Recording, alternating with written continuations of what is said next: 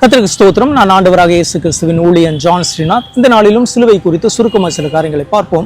சிலுவை பொறுமையை கற்பிக்கிறது.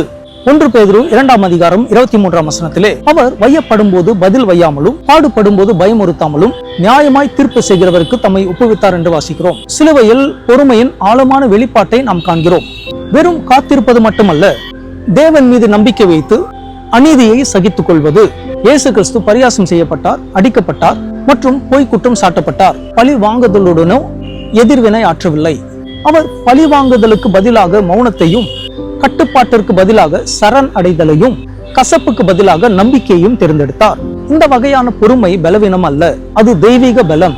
சிலுவை நமக்கு கற்பிக்கிறது என்னவென்றால், துன்பத்தில் பொறுமையை, குற்றச்சாட்டுகளில் மௌனத்தையும், தேவனின் நீதி மீது நம்பிக்கையும் நமது எதிர்வினைகளை கட்டுப்படுத்த கற்றுக் கொடுக்கிறது.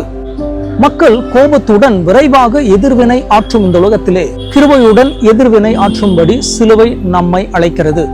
உண்மையான பொறுமை வாழ்க்கை எளிதாக இருக்கும் போது அல்ல, அது வேதனையாக இருக்கும் போது காட்டப்படுகிறது.